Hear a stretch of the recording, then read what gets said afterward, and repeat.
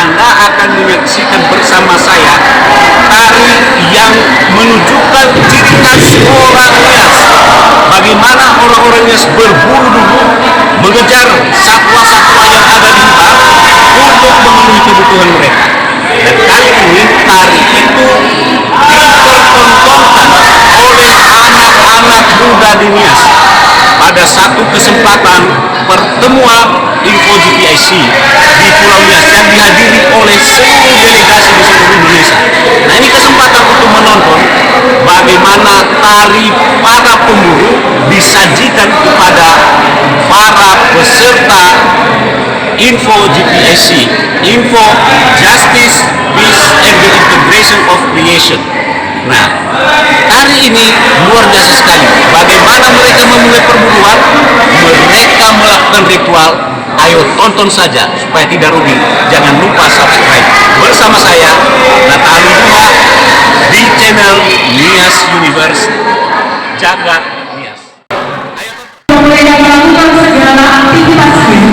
Mereka terlebih dahulu memohon berkat dan kekuatan kepada leluhur atau kepada keturunan mereka.